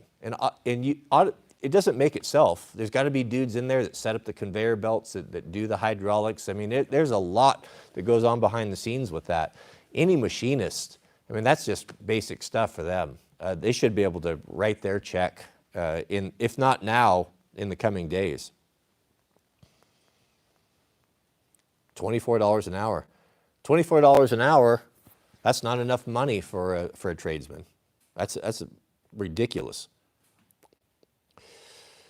Mr. Cason McClung is trying to get my goat here. He says, how do you feel about steel being built by East Coast man in Virginia Beach? Well, I'm not happy about it. Of course I'm not happy about it. And can you imagine how much better it would be if it was built by West Coast man? Now, we probably wouldn't be able to build near as many because of our leisurely lifestyle and our morning, we don't get up quite so early, but no. East Coast man, he's just, that's what he does. He makes stuff. He's good. I don't have a problem with that. Mr. Chase Cormick writes, it's also worse than that. I'm driving 1 hour one way to work, and there are opportunities 5 minutes away for more money. Thank you for the advice. I'll move on. Yeah, you need to move on. Don't be bitter about it. Like I said, you accepted it. Oftentimes we just don't. That's what happens, man. That's the problem when you're negotiating with a scarcity mindset. You have to realize your worth. As a man right now, you have been told, beloved, that you are toxic, that you are no longer needed, that your masculinity, that your aggression, all of that is a thing that society doesn't want anymore. It's a thing of a bygone era. That's nonsense. You, beloved, are the prize. For the first time in my life, I was with Mrs. W at the speech debate, and one of her friends came up and had not met me before, but had worked with Mrs. W. And she walked up and she looked at me and she said, how did you get so lucky to get a prize like this woman? She was talking about, how did I get so lucky to be, to find and marry Mrs. W? That I really, really found a diamond in a coal mine here, right? Which I did, right? But for the first time in my life, I flipped that and I said to her, this was in jest, somewhat, but I said to her no, I'm the prize. I'm the prize. And she looked, and it was said in jest, but when I noticed how it shocked her that I'd said that, because there wasn't anything malicious here. This is just the way people look at things and think of things, that men are just a utility, and me, regardless of my accomplishments or my skill set or what I could do or what I bring to the family or what I bring to the table as the economic engine of this household, that's not the prize. That's not the value, but always the woman is the value, right? And now I'm not diminishing Mrs. W here, because she is indeed worth, to me, more than rubies, more than her weight in rubies. But the man is the prize, really. And when it comes down to it, when we're coming into economic hard times, where you're going to need to trust your wits to get by, you're going to need to be flexible, adaptive, you're going to need to be able to figure out all sorts of solutions to problems that have never existed in the past, what's going to be more valuable? A beautiful, attractive woman that has no skill set, that's entitled, that can't do anything, that knows nothing, can't even change the oil in her car, or a man that's got a trade, a man that can go out and kill and eat, that can bring home food for the family, that can keep a roof over your head, and when everyone's losing their jobs, when the economy and the world's crumbling around them. Who's the prize then? It's not the woman, it's the machinist. It's the excavating contractor. It's the truck driver. It's the carpenter. It's the guy that can get the AC on. It's the guy that runs the water treatment plant. It's the guy that's up in the bucket truck getting the power back on. That's where the prize is. We've not seen ourselves as the prize, beloved, but I assure you, we are the prize. And if you doubt that, go look at the sea of angry, disheartened, single 30, 40-something women that lost their opportunity and now are looking at facing this cruel world by themselves with no man at their side for the next 30, 40, 50 years. And see if they understand what the prize is now or about to. So I get it. Guys, I've done it. I've went into work for jobs. I've accepted things that were not worth, that should have been more. I've accepted less than I was worth because I just didn't know. Or I was operating out of fear or desperation because I really needed that job and I was willing to accept it, and I wasn't willing to jeopardize it by asking for more or seeming greedy. It's not greedy to get paid what you're worth. It's not greedy in this time as a skilled machinist to get 40, 50 bucks an hour, if that's possible. You have not because you asked not. So it's a no-brainer. You have no allegiance to these companies. If he's not appreciating what you're worth and has not voluntarily bumped your scale up to get you something that's more in line with what's going on in your area, then he's stealing from you. He's stealing from you. I have employees. We pay our employees very well, way above market value, way above market value. I like to think as an employer, I can see when it's time to be more generous. I can see when the cost of living is increasing. I can see that gases went from $3 to $5 a gallon, that eggs are double and triple now. Do you think that doesn't affect my employees? Does he think that your expenses are not greater with the cost of everything going up? Tires are twice what they were 4 or 5 years ago. If he's not seeing that, he knows he's had to pay himself more. But if he's not taking care of his people, then you don't have any allegiance to that. Yes, you have an obligation to ask to a certain extent, but I think you know where I'm going. Just let it go. Go find a job where you're worth, and don't be afraid to ask for the moon. Ask high. If the going rate was 40, I would ask for 50, and I'd come down to 45. That's the way I would do it. I would go into that negotiation in strength. Maybe even line up the job. If you've already got the $24 an hour job, let it ride, let it go. Take a day off, do what you need to do, and go in and interview. And you're interviewing from a position of strength. If he doesn't like what you've asked for, if he thinks your wage is too high or he doesn't counter, what have you lost? You already have a job. Doesn't make any difference. Do it again until you find what you want. But if he accepts, it's no skin off of your nose. You already have a job. You're gonna be in a much more powerful position to negotiate than if you are without a job. So understand, beloved, You, as a man, you are the prize. These girls, I don't care what society said, they don't have skill sets. I don't care if they have a PhD. Their degrees that they have are not going to be nowhere near as useful.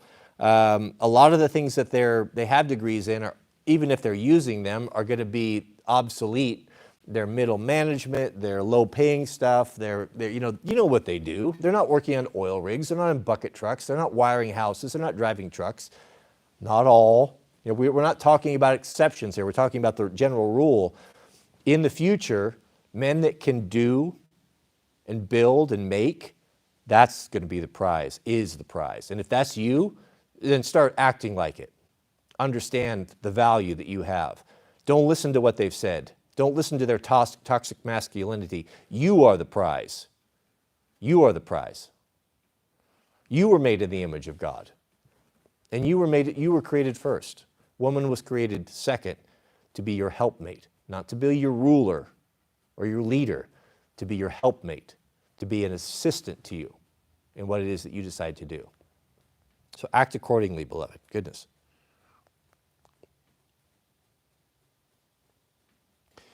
We have a super chat from Miroslav Mayer, who writes, "I'm curious, do you feel anything different after grounding yourself? I've tried it and I started having dreams again." It's hard to quantify those things, you know?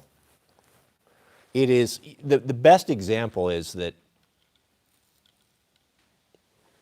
my motto, right here, 7 years of evolution, right? I wrote it this morning. It's perfection for me. What I like to ride, it's predictable. It is an exquisitely built machine. It performs so well because of so many little things, not any one thing. Is it the Renthal O-ring chain? Is it the right gearing? Is it the revalving in the suspension? Is it the carburetor work? Is it the grips? Is it the foot pegs? Is it the boots? Is it the seat? Is it the handlebar? You know, is it the tires? The answer is yes, it's all of those things. All of those things come together to make a beautiful operating machine. You could take one thing away, maybe a couple. Would it affect it tremendously? Not tremendously, but all of those things come together to make it. It's not any one thing.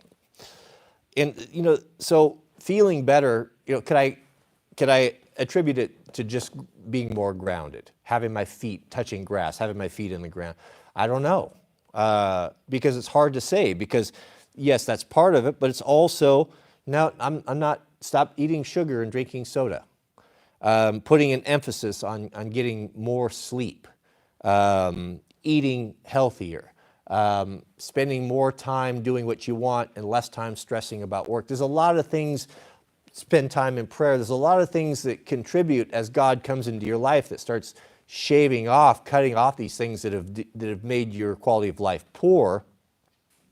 It's hard to say any one thing. So I'm not going to come out here and say, you take off your shoes, excuse me, you spend more time grounded, touching grass, that you're going to have all these amazing results. It's not any one thing, but when you combine that with cutting out sugar in your diet, cutting out alcohol in your diet, cutting out pornography, getting better sleep, spending time in prayer, spending time reading your Bible, allowing the Holy Spirit to come in to change you and to open your mind to new things, all of that contributes to a better and richer life. That you wake up a year or 2 years later and you look around, you're like, oh, things are a lot better than they used to be. I'm no longer thinking about deleting myself. I'm no longer struggling and white knuckling when it comes to drinking on the weekends or not. So it's hard to say. It's just another performance upgrade to your life that contributes to the overall. Is really the only way that I could explain it. That's interesting that you're having dreams again. Yeah. That may be a sign of the times, you know. Well, one of the prophecies in the good book about what we can look for, a sign of the times and the end times, is that this will happen. That men, old men and young men, will dream dreams and have visions. Young men will dream dreams, I believe it is, and old men will have visions. This will be a thing that will ramp up, that God will be pouring His Holy Spirit out on His remnant for this very reason. You know, what the dreams are for, are they prophecy? Are they foreshadowing of things to come? Who knows? Are they just are they just to personally edify you, your family, or your local congregation? You know, you never know. That's the problem with dreams and miracles. They happen. God certainly uses those things, but that's not something we build a theology on. How many people have been led astray by Jim Jones type of guys, David Koresh, the Bhagwan? Remember the Bhagwan down in Antelope, Oregon, where a charismatic occultic personality has a dream or claims to have a new insight? Joseph Smith. How do you think the whole Mormon religion started, right? You want to talk about false prophets, right? We can't build foundation on this. You take a man that comes and says, I've had a dream from God, and he said thus and so, and there are many people that will accept that as their own, even though it has not been confirmed to them, even though it contradicts what they know to be true in the scriptures, but they do it anyway. Dreams and visions are a nice thing to have, and if I were to have one, I would probably share it with you if it was appropriate. It would be a personal edification, a confirmation to me, but it's not something to build a theology on. What good does that do for you? What good does your dream do for me? And if it goes against what I believe, then it's of no value whatsoever. Because people lie. Spirits lie. The good book tells us that don't be deceived, beloved. Do you not know that even the devil himself can appear as an angel of light, telling dreams, giving visions, telling lies with most of the truth, but just enough deceit to lead you down the wrong path, to lead you away from God? So whereas the only safety we have is in the scriptures, and we have a dream or a vision, then we confirm it. If it's confirmed and it is in line with the scriptures, in line with the prophecies, then maybe it's from God. But nice to have, but not necessary. If I were to never have a dream or a vision, it wouldn't prevent me in any way from marching into the kingdom. I have what I need in the 66 and the Holy Spirit.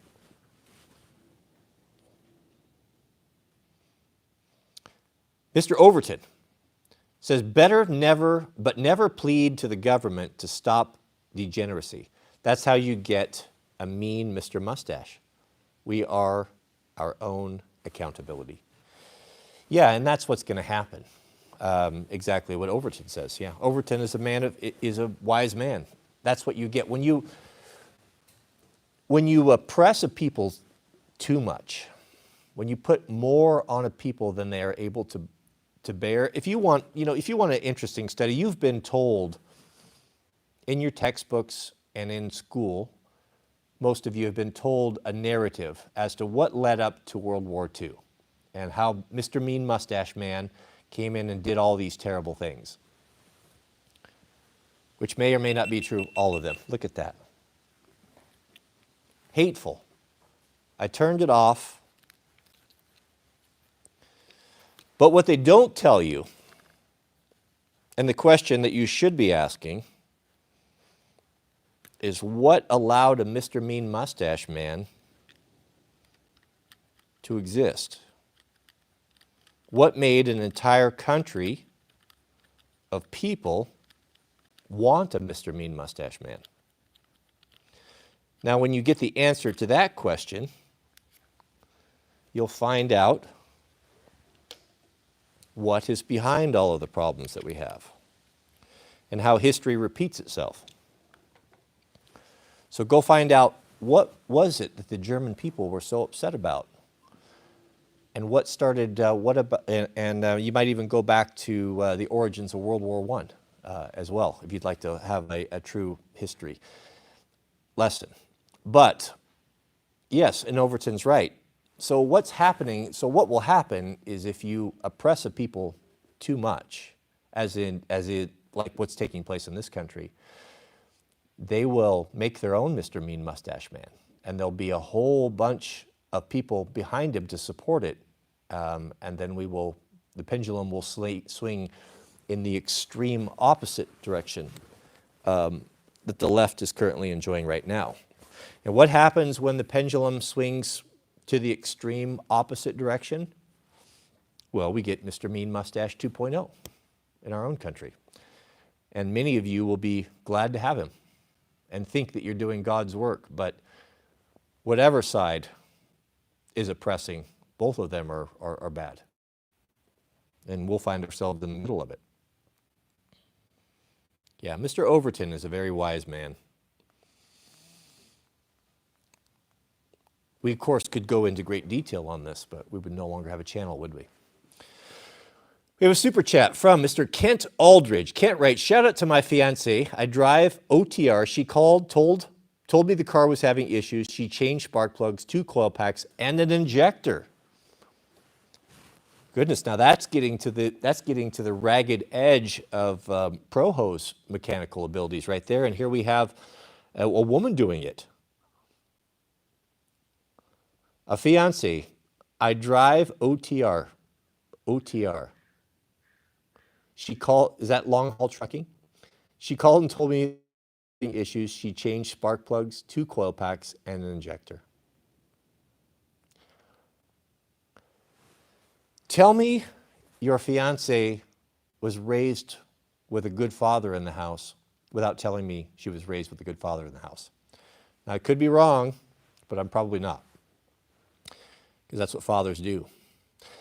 We have a super chat from Miroslav Mayer. Shout out to you, brother, who writes, sorry for the confusion from my side. I meant regular dreams that I didn't have for quite some time, not the prophetic ones. But thank you for the answer. I appreciate that. Yeah, I wasn't implying that you were having dreams and visions. It was just kind of piggybacking off what you said. Yeah, that's how it starts, though. Yeah, that's there's a lot of things we don't understand. There's a lot of things we don't understand. But the thing that it's really been on my heart of late, God's been moving upon, I guess, bringing to my attention, is the importance of just getting back to things that are as real as possible, to the source.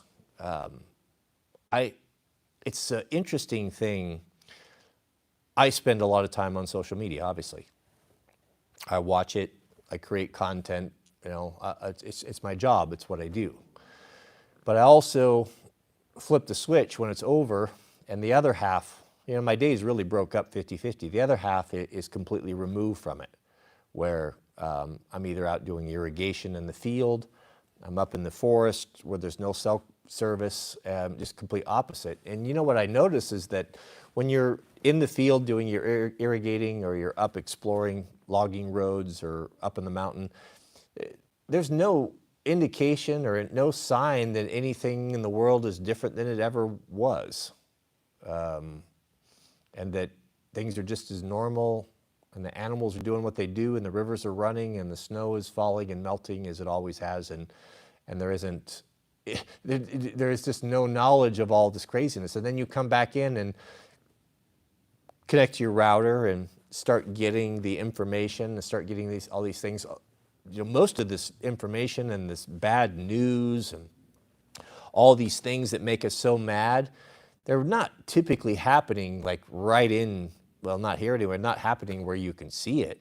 Like sometimes I have to like when you're away from it for a long time, you forget about it. And I guess what I'm getting at is I realize that without access to my senses, my eyes and ears through phones, computers, internet, media, they wouldn't have any hold over me. And the more you detach from that, the more you realize you're able to be more objective, I guess, or to not internalize it so much, not let it affect your mood or your disposition, or make you just anxious or agitated. I notice that when I'm plugged into it, I'm making it, I'm consuming it, I start to get anxious. I start to get black-pilled. I start to despair. Start to think of, oh, all is lost. What's the point? Start to questioning what I know to be true, know to be right. You get tired of being the oddball. Whereas when I remove myself from that and I close that computer and I'm on the bike or I'm up with friends or we're up doing stuff, none of that has any effect on me whatsoever.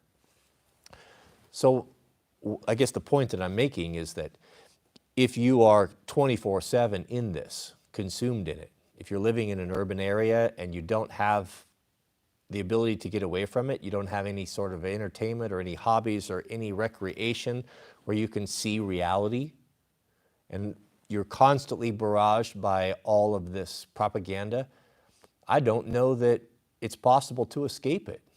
I would imagine it would eventually just grind you down and just wear you down to the point where you just adopted it as your own. It was just a long, slippery slope that you didn't even really know how it happened.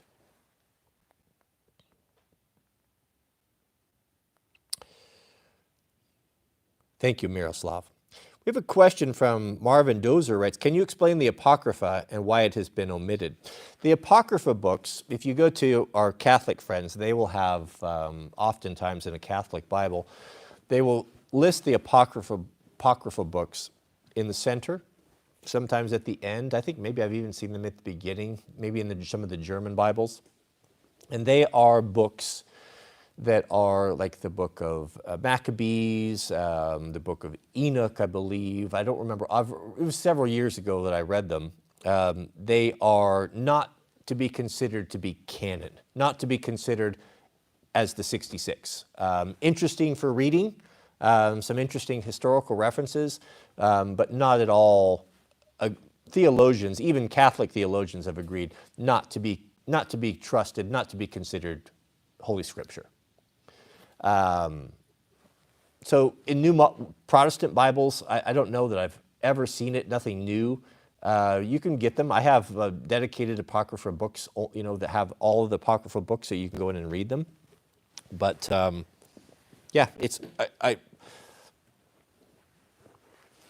I don't know, the history of all of them. All I know is that this subject and this question has been debated, studied, looked at for generations by men that know the Scriptures, by monks, by theologians, and the overarching general agreement is that, yes, interesting to read, but certainly not considered to be canon. And once you read them yourself, you'll see exactly what I'm talking about when you get the story of Jesus making the birds out of mud as a child, and the apostles commanding the bed bugs to march up and out of the bed and march up, all sorts of crazy, fantastic things that gives you the impression, obviously written by men and not inspired from God. Nothing wrong with reading them. I think you just need to understand their context. Mr. Tony Guillaume, new member. Welcome, Tony. Welcome. And we have a super chat from Mr. Jason Barr. Shout out to you, Jason. Jason writes, there is something supernatural about being connected to the dirt. Look at the difference in someone who was raised on the concrete versus the dirt. It's not too late. Yeah, it's not. We know that there's a lot absorbed through your skin. There's a lot absorbed through your skin. Water, chemicals, and especially the feet. The good book tells us that God made us out of the dust of the earth, formed us out of the dust of the earth. So we get an insight that everything that is needed, the raw material to make a human being, to make an animal, to make matter, is contained in God's creation, in the very dirt. He said, from the dust of the earth I've made you. And science has proven that to be true. All of the minerals and such, and everything, the human body can all be found. But they can't make life. The good book goes on to say, and then once man was created, the form of man created in his own image, God breathed the breath of life through his nostrils. So the breath of life, that spark of life, didn't crawl out of a swamp. That spark of life comes from God. It is God in you. It is a gift of God that the spirit goes from God and then returns to him once you die. So it stands to reason, if our skin is our largest organ, as we know that it is, take a shower, weigh yourself before and after, you will absorb a significant amount of water just from a shower or in a tub, that sort of thing. The minerals in the ground are going to, I would imagine that your body has ability to process that. If you're standing in soil, and I don't, there's a lot of things that we don't understand. All I know is that I have, as of last year, just an insatiable desire to be grounded, to have my feet in the ground as much as possible. Now, within reason, I'm not going to be a weirdo. I mean, I'm not going to be going out barefoot in town and walking around in those dirty streets. But when I can, when I'm in my shop, when I'm working, it's a good idea to toughen up my feet, and I enjoy being grounded and connected to the ground. I think there's health benefits to it. I think there's something to it. There's a lot more than we think. And I also think having healthy water is important as well. And healthy water doesn't mean drinking water out of plastic containers. If it's a hard thing. It's a hard thing to do. You have to be very deliberate if you live in the city. And I'm not your Google here. You need to go look it up. But there's living water and there's dead water. And I like to drink living water, pure water. You don't need to drink anything other than water, really. Now, it's nice to have a zesty drink from time to time, a special drink with a meal. We've gotten used to it. It's in our culture. It's very nice, very enjoyable from time to time. I'm not talking about that. But just as a general rule, I've gotten to the point now where when I travel, within reason, I take water with me. I know where it comes from. I have living water that comes down off the mountain, unpurified, right out of the ground, beautiful, living water the way God intended it to be, full of all the things that our body needs to conduct electricity and, all that good stuff, right? Nobody's filtered anything out. I think that's important. I think it's important to be in an environment that's as clean as possible, get the chemicals out of your house, get the processed food out of your diet, eat simple as you can, grow what you can, buy local as much as you can, know where stuff's coming from, know what's in your meat, know what's in your water. And there's a lot of things, beloved. There's a lot of things. That's why, in my opinion, that's why God has put it upon the hearts of so many of us to get out of the cities. To get out of the cities. We had the example of Lot and Abraham. That would be a good study for us if we were going to do one coming up, of what happened to those two men. They were shepherds. They were men of the field. They were country people. And when their herds and their families got so big that the land couldn't contain both of them, they had to split. Their families were too big. Abraham stayed in the country, stayed connected to God, and what did Lot do? He went down and he went into the city and took up residence in the city and started raising his kids in the city. And we know the story. We know what happened to his daughters, how they turned out. We know what happened to his wife. He lost his daughters, he lost his entire family to the influences of the city. So strong was the pull of that environment that he lost everything. And Abraham had to intervene with God and go in there and have him removed. Wouldn't even come out on his own accord, even when he knew the destroying angel was there. It's very tempting. It's a very hard thing to escape. Why do you think that the government wants you in them? Why do you think that the adversary wants you in the city? Because he can control you there so much better. You get the groupthink, especially with women. And I think it shouldn't be lost on us that Lot lost his wife, and look what his two daughters did. Incest with their own father. I blame that, the direct result of that, of the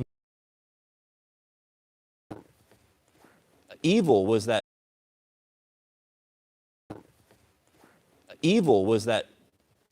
Sodom and Gomorrah, that city, that were told that when the destroying angels came in, they were disguised as just two traveling men. When they came into the city, they didn't know anyone there. They didn't have a place to stay. They're just going to put their bedrolls in the city center there and sleep for the night and wake in the morning and go on, right? Well, when Lot saw that these guys were going to be sleeping out in the open. He ran out immediately and pleaded with them, come into my house. You don't know what's going to happen to you if you try to sleep out in the city. So they go into his house. Who was there next? Who was knocking on Lot's door as soon as those two men were in his domicile? It was the sodomites of the city. What do they want? Knocking on the door. Send these men out so we can rape them. Grape them, excuse me. That's what was going on in Sodom. Lot got to experience God, got to see how God worked with Abraham and all of the amazing things that were done and how he prospered those two men. Even with that, so strong was the pull of the city for Lot that even after seeing that and Abraham's prosperity, he was still had to be drug out of there on the eve of its destruction. It's very enticing. It's very powerful. I think it's very powerful for women. It's difficult for them to leave.